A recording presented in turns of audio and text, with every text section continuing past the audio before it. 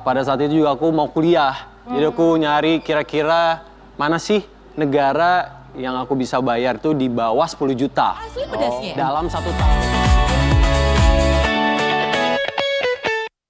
Ambyar Fadil Sadam Lubis. Pemain sepak bola asal Indonesia yang pernah hijrah ke beberapa negara di Eropa, Turki, Serbia, Bosnia, dan juga ke benua Australia. Di usia 17 tahun dia merantau dan akhirnya kembali ke Indonesia. Fadil Sadam Lubis, selamat pagi. Selamat pagi. Selamat datang di pagi-pagi Ambyar. Lihat. Selamat pagi. Jadi lihat dong, ini baru pemain bola nih. Ini baru beneran. Iya tuh. Pagi. Ya, Oh, main bola aja pakai sepatu pantofel. Tapi bisa Agak susah. loh, ya kan? Fadil Hamis mengucapkan terima kasih sudah hadir. Terima kasih banyak. Silakan boleh duduk ya. Fadil Sadam Lubis. Ada marga kau Lubis ya? Ada dong. Lahir di Geser mana? dong dikit dong. Fadil. Geseran dong yang ini. Kamu ini sekarang. Pengen ditang-tamu mulu sampai segmen terakhir. Lebar banget. Kesian dia mau ngomong. Lanjut. Jangan digituin dong, kasihan Mas Vidi, ada aku, tenang ya. Banyak yang benci aku. Memang kamu batut untuk digituin.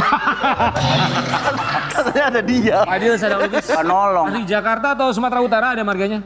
Dari Jakarta, Dari tapi Jakarta. orang tua asalnya dari Sumatera Utara. Oke. Soalnya Lubis kan. Lubis. 17 tahun kita dengar kamu merantau ke Turki saat itu berarti sudah lulus SMA. Ya baru lulus SMA. Baru lulus SMA. Apa alasan kamu kenapa negara Turki yang kamu pilih saat itu untuk menjadi pemain sepak bola? Tadi mimpi dari kecil udah dipakai ya? Jangan diajak ngomong. Udah boleh.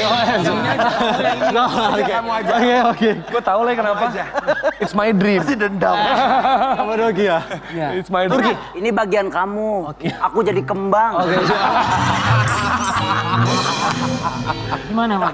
Turki, alasannya? Karena murah sebenarnya. Oh iya? Masa sih? Iya. Karena murah. Karena murah, apalagi saat itu pasca Covid kan. Pasca Covid, pastinya kan kita nggak ada uang ya. Iya. Pada saat itu juga aku mau kuliah. Jadi aku nyari kira-kira mana sih negara yang aku bisa bayar tuh di bawah 10 juta.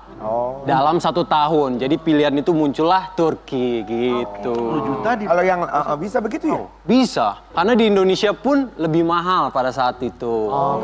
Jadi sekalian kuliah niatnya. Sekalian kuliah niatnya. Jadi aku masih bingung nih. Oke. Pertama kali niat kamu ke Turki itu yang paling utama, Oke. apakah kuliah atau jadi pemain sepak bola? Pemain sepak bola dong pasti. Sepak bola. Gitu. Nah, biasanya kan kalau pemain sepak bola dia terbang ke satu negara itu kan biasanya direkrut. Oke. Kalau kamu bilang cari yang paling murah, Berarti kamu apakah sendiri dong? direkrut atau gimana?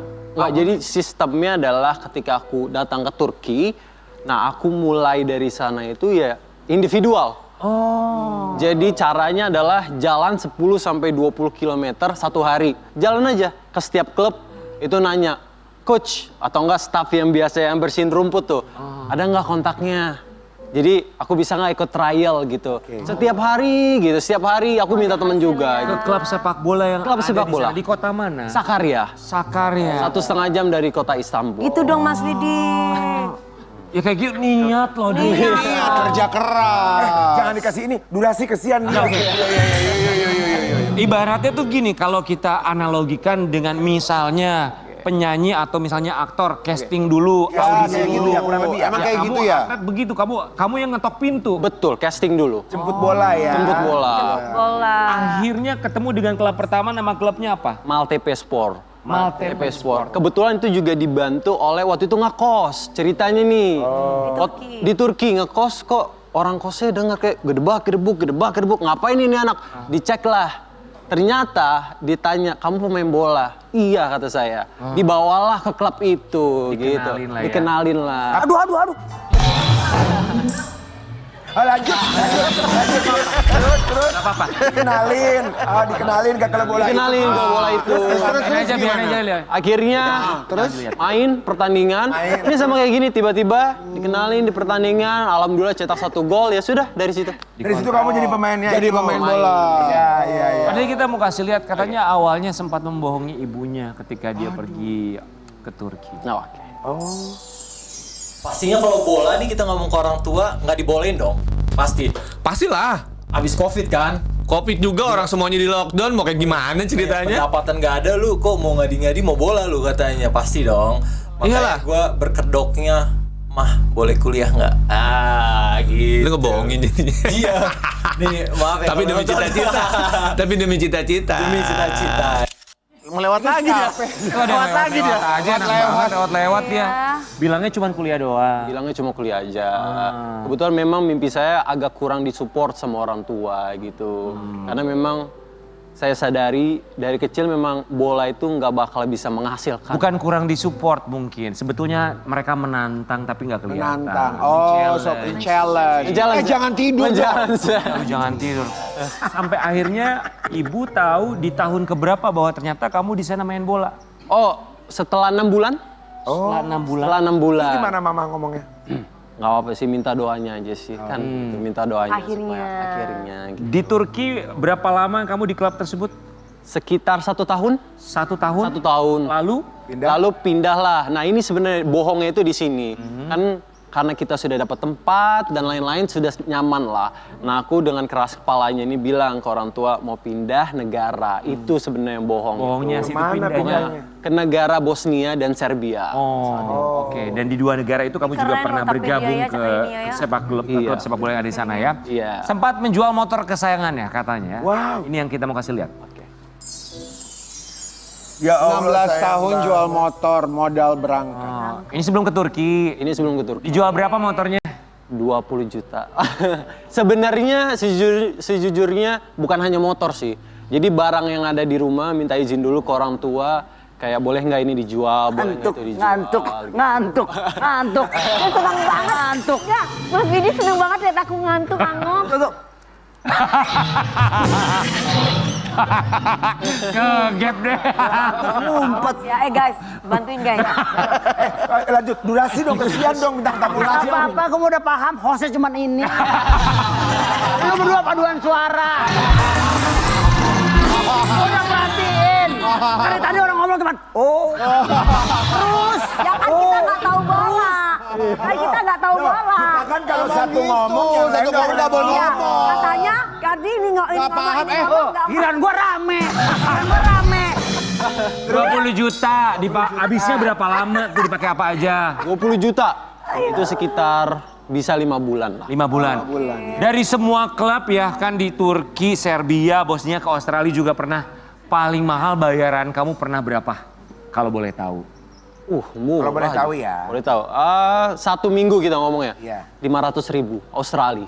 Oh, 500.000 Australia. Iya, 500.000 rupiah. 500.000 rupiah. Oh, kira 500.000 Australia. Kaget. Untuk main di Australia. Jadi pemain bola. Itu di Australia. Di Australia. Paling tinggi itu. Paling tinggi karena sebelumnya itu dibilangnya kontraknya besar, tapi mereka memang nggak pernah ngasih gajinya ke saya. Nggak segitu. Gajinya kemana? Justru saya nggak tahu sampai sekarang. Oh ya? Jadi buat yang nonton, orang Serbia, mana gaji saya? Wah, jadi macam nyampe kita ke Serbia. Pakai bahasa Serbia coba. Kamu bahasa Serbia atau bahasa Inggris? Bahasa Inggris. Oh. Ketika di Serbia uangnya gajinya nggak kamu dapatkan sehari-hari living cost-nya uang sehari makan gimana? Atau udah ditanggung? Kebetulan disupport sama orang tua waktu itu. Itu juga disupported nggak begitu banyak. Biasanya siasatnya adalah saya keliling kota. Kan ada biasanya kalau di Eropa tuh ada roti-roti sisa. Ya paling itu aja sih. Roti sisa Maksudnya dari roti mana? sisa gimana? Jadi kayak ada dicantolin di samping tong sampah itu di musim dingin. Jadi kita bawa, kita angetin aja ke oven. Gitu. Serius. Dan biasanya diselang-seling habis itu puasa juga. Gitu. Wow. Tuh dengerin orang mah hidup susah tau gak nyari duit tuh. Ada prosesnya, nggak ada yang instan loh. Lu jadi badut kepiting aja ngeluh. Orang mah sampai makan makanan susah tau gak. Kita lihat ya, Fadil kita mau kasih. Tracker semua nggak ada backnya nih. Ex-Persija Jakarta Fadil Sadam curhat kena rasisme saat berkarir di Eropa. Maksudnya gimana sayang? Maksudnya Kena gimana? rasis. Di negara mana? Jadi waktu itu di negara Bosnia. Bosnia. Di Bosnia. Jadi ketika aku masuk ke dalam changing room itu tasku dilempar sama mereka, terus mereka menggunakan bahasa Bosnia atau Sama bahasa- pemain di sektor Sesama yang sama? pemain, iya. Oh wow. Lalu dibilang kayak kalau bahasa Indonesia itu kayak monyet atau hitam gitu. Tapi karena pada saat itu aku nggak tahu bahasa mereka, jadi aku cuma senyum aja. Akhirnya ya sudah. Sekarang masih bermain sepak bola nggak sih Fadil? Tahun lalu masih bermain di Australia. Apa yang membuat kamu sekarang berhenti sejenak dari sepak bola? Karena cedera lutut. ACL? ACL. HCL tuh cedera lutut tuh HCL. Iya, ini mah. Ini mah. Bukan UGD. Masa Nah, dia malah UGD? dibilang. Dia ngomongnya tadi UGD. Yang ini ACL, yang ini BCL. Kita balik sana, kita tetap di bagi-bagi. Pagi-pagi Ambiar. Terima kasih untuk bintang tamu hari ini. Terima Terima kasih kasih. ya, Vini Bule, terima kasih banyak. Fadil, terima Mas kasih Vidi, Jerry. mohon maaf ya kalau Terima kasih. misalkan kita suka Terima menyerang kasih Mas ya Vidi Bang Vidi ya. Udah mulai biasa kok. Udah mulai biasa? Iya, iya. Ya kita baru mau mulai. Ya udah nggak jadi. Kita kembali lagi besok tentunya jadi pagi-pagi Amel. Dadah. Sampai jumpa, have a good day.